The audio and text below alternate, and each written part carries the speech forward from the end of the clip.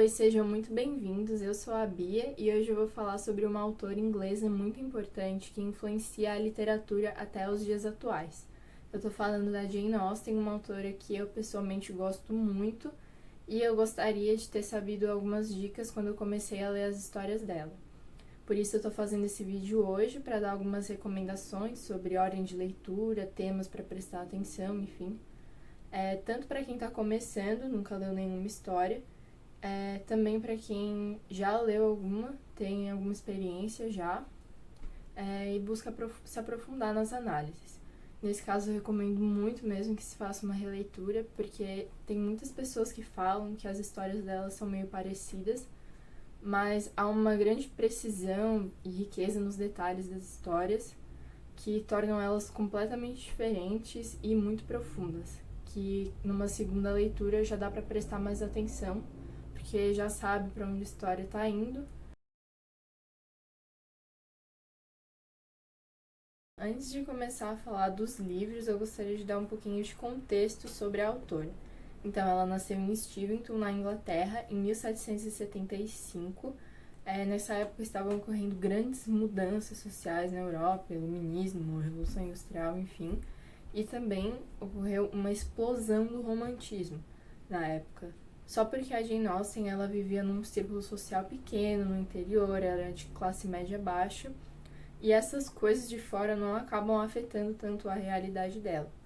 Então, ela usa desses personagens e do que ela conhecia, dos lugares, enfim, como grande inspiração para os livros dela. E essas outras coisas que estão ao redor girando na Europa não afetam muito. Mas a questão do romantismo muitas vezes é tratado no livro dela com um olhar crítico. Assim como a irmã dela, a Cassandra, a Jane Austen nunca se casou e escreveu 6 livros ao longo da vida e estava fazendo os rascunhos para o 7º livro, mas infelizmente ela adoeceu e faleceu em 1817 com apenas 41 anos. Sobre a ordem de leitura, dá para começar pela ordem de escrita, de publicação, ou só ler as sinopses, ver o que agrada mais, e começar a ler com base nisso. Mas eu vou dar aqui a recomendação da ordem que eu gostaria de ter seguido. E começando, o primeiro de todos, com Orgulho e Preconceito, né, o mais famoso. Eu diria que é melhor começar com ele porque é o livro mais dinâmico e movimentado por conta da protagonista, né, que ela é mais ativa, extrovertida, que vai dar mais movimento para a história. Ela é da família Bennet, que a gente é apresentado no início do livro. A gente tem um pai, o Sr. Bennet, que é meio sarcástico, assim, mas meio despreocupado também com a educação das filhas. Também tem a Sra. Bennet, que virou a casamenteira da história, porque ela tem 5 filhas que ainda não são casadas e a missão da vida dela é casar essas filhas. Depois a gente tem as filhas, né, da mais velha para a mais nova. A gente tem primeiro a Jane, que é considerada a mais bonita, muito boa, mas também muito ingênua. Depois a gente tem a Lizzie, que é muito inteligente, muito perspicaz, é bonita também, mas não tanto quanto a Jane. Depois a gente tem a Mary, que é muito estudiosa, mas acaba sendo um pouco arrogante também. Depois a gente tem a Kitty, a quarta. Ela vive basicamente seguindo o que a irmã mais nova faz. E a irmã mais nova é a Lydia, que é a mais irresponsável e que eu acho mais chata de todas. Então a gente tem toda essa família aí vivendo numa cidadezinha no interior da Inglaterra. E daí, de repente, chega um cara rico, compra uma propriedade lá, com o melhor amigo dele, que é mais rico ainda. E daí, esses personagens vão se conhecer, a gente vai conseguir ver o julgamento, né, esse preconceito dos personagens e também o orgulho deles, que vai se manifestar de formas diferentes em cada personagem, e isso é muito interessante de analisar, né, não atribuir uma característica para um personagem, outra para outra, mas ver como essas duas estão relacionadas em cada pessoa de uma forma diferente. Sobre a tradução, eu recomendo sempre, se der, para ler no original, se conseguir em inglês, mas se quiser também dá para ler em português. Essa aqui eu ouço sempre que é a melhor tradução que tem, do Lúcio Cardoso, da editora José Olímpio. Enfim, fica a recomendação se você quiser ler em português, mas também se quiser ler em inglês, tem um site que se chama Projeto Gutenberg, que tem vários livros em domínio público que dá para achar gratuitamente, ler pelo celular, pelo Kindle, enfim. Agora, seguindo a ordem, nós vamos para Razão e Sensibilidade, que foi o primeiro livro publicado pela autora. A gente vai acompanhar a história de duas irmãs, a Eleanor, que representa a razão, e a Marianne, que representa a sensibilidade. No início do livro, o pai delas morre e como as mulheres não podiam herdar as propriedades, o meio-irmão delas, o John, fica com a casa e elas acabam saindo, vão para uma propriedade menor, mais no interior, elas e a mãe, e é lá onde vai se desenrolar grande parte da história. Lá vão conhecer outras famílias, outras pessoas, e a gente vai acompanhar a trajetória delas, com desilusões amorosas, enfim. Um ponto que eu gostaria de comentar é que, assim como em Orgulho e Preconceito, não enxergar as duas como caricaturas. O que eu quero dizer com isso? Em muitas vezes, a Eleanor vai agir com sensibilidade, se deixando levar pelas emoções, e a Marianne vai se deixar guiar pela razão. Então, não é a Jane Austen, sendo mestre do caráter humano, ela não vai criar só caricaturas dessas duas coisas, mas vai tornar elas personagens reais. Sobre a tradução, eu li numa tradução bem ruim, então não tenho muito o que recomendar, e agora eu tô lendo nessa edição da Penguin, que eu achei um sebo. Agora eu recomendo que você leia A Abadia de Northanger. Esse é pessoalmente o livro que eu menos gosto, mas é um livro fácil e fluido de ler.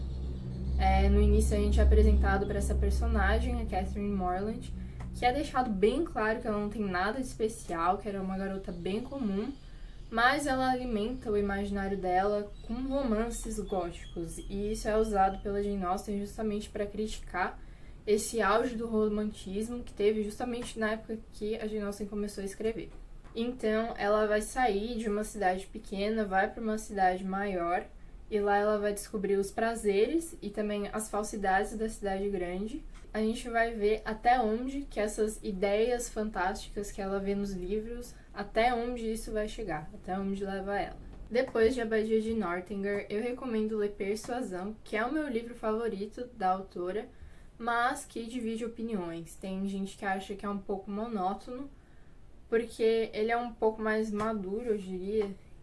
Foi o último livro que a autora escreveu, então ele vai trazer com mais profundidade temas como o amor e a esperança. No início, a gente é apresentado para a família Elliot, que o adjetivo mais usado assim, para caracterizar eles é a vaidade. Eles são muito vaidosos e isso vai ser usado como contraste entre a família e a Anne, que é a protagonista, que é uma pessoa humilde, uma pessoa boa, que tem uma grande força nos sentimentos, mas que sabe guiar eles pela razão, sabe quando demonstrar, sabe quando guardar para si. A gente tem essa família de vaidosos, tirando a Anne, que tá com problemas financeiros. Então a Anne vai para casa de uma irmã dela, que já tá casada, para passar um tempo lá, enquanto a outra irmã e o pai vão para uma cidade maior. A Anne, lá com a irmã mais nova dela, vai ser introduzida para a família dos Musgrove, não sei como é que se fala, e lá ela vai encontrar um antigo amor dela, né? Então, a partir daí, a gente vai ver esse conflito interno da Anne, que ainda guarda um pouco de afeição por ele, mas também ele não demonstra muito afeto por ela. Depois de Persuasão, eu recomendaria ler Emma. De novo, a gente está numa sociedade rural e a gente tem essa jovem que é rica, bonita, e ela é convicta de que ela não precisa casar. Então ela fica se metendo na vida dos outros, fica tentando arranjar casamentos, inclusive para uma amiga dela, né, a Harriet, que tem uma posição social um pouco inferior, faz todas as vontades da Emma. A Emma fica meio que manipulando ela, e por mais que ela queira o bem da Harriet, não deixa a Harriet tomar as escolhas por conta própria. Além da Harriet, ela vai se meter na vida de outras pessoas, só porque nem sempre vai dar certo, e a gente vai ver essa sequência de tentativas e fracassos que vão ajudar no amadurecimento da protagonista, já que nem sempre sai como ela quer. E por último, eu diria para você ler Mansfield Park. Eu coloquei por último porque é que divide opiniões, tem muitas pessoas que gostam, mas tem várias que não gostam também. Então, por isso eu preferi deixar por último. A gente tem essa protagonista, a Fanny, que é uma pessoa que se mostra muito tímida, muito reservada, mas ao longo do livro a gente vai descobrindo que ela é uma pessoa muito boa, muito forte, um grande caráter, só que ela não demonstra isso para as outras pessoas e também para nós leitores, ela não mostra isso. Ela tinha uma família meio pobre, ela vai para casa dos tios que são mais ricos, e lá ela cresce e fica amiga do primo Edmund, principalmente. A gente vai começar a história começa mesmo a se movimentar quando tem a chegada de 2 irmãos na cidade, a Mary e o Henry. E é basicamente esse o círculo social que vai se desenvolver ali ao longo da história. A gente vai ver as relações entre os personagens.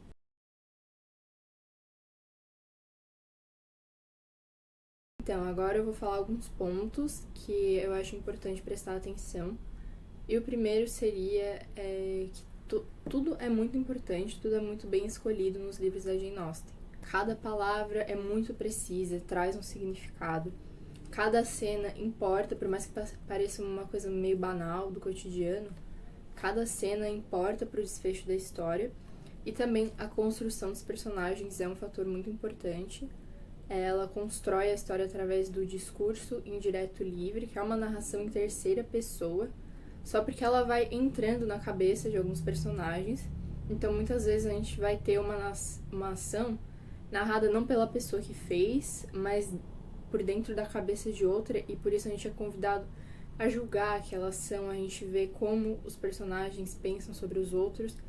E isso é muito interessante pra gente saber diferenciar o que tem sentido, o que não tem. Outra coisa muito importante é que eles não são só indivíduos, né? Eles estão num grupo e muitas vezes isso vai ser usado como forma de contraste. Por exemplo, a família Elliot, que são muito vaidosos, é um contraste ali com a Anne, né? Então, o grupo é o oposto daquele indivíduo ali. Além disso, também em Jane Austen tem muito humor, só porque ele não vai estar escrachado assim na história, vai estar mais através da ironia, de uma ironia mais sutil.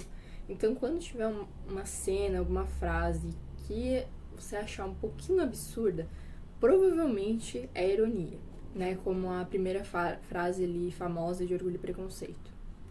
Outro fator muito interessante de prestar atenção é a questão do dinheiro, né? A Jane Austen faz questão de descrever a renda dos personagens ali, e não é por qualquer motivo.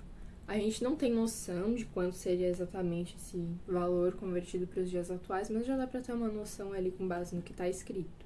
A área dos personagens, que vai influenciar muito em como eles julgam as outras pessoas, né? Porque o dinheiro ele não estava associado só com a riqueza em si, mas também exigia uma certa maneira de se portar, os status daquela pessoa, o casamento que ela ia fazer, tudo isso era influenciado pela posição social. E com base nisso, a gente tem um exemplo que eu acho muito engraçado, que é a senhora Bennet antes e depois de conhecer o Sr. Darcy, né? Então, quando ela sabe da renda dele, fica elogiando, chama ele de lindo, né? Mas depois que ela conhece ele, tem o seu julgamento sobre ele, ela muda drasticamente de opinião. Isso é só um exemplo de como o fator do dinheiro é usado no julgamento dos personagens. Assim, ao longo das obras, a gente vai ver vários temas serem abordados, como as virtudes, não só femininas, mas também nos personagens masculinos. Também muito sobre educação, de como a família, a cultura e a educação moldam o caráter das pessoas. E eu só gostaria de fazer um parênteses aqui, que não é só história de amor. Fala muito sobre amor, mas não são histórias bobinhas. Apesar de ter muitas cenas cotidianas, trata de temas universais, e não é à toa que a gente lê até hoje, mesmo 200 anos depois de ser escrito. Muito obrigada por ter assistido esse vídeo, eu espero que eu tenha ajudado alguém a gostar mais dessa autora que eu amo muito, e beijos, até a próxima!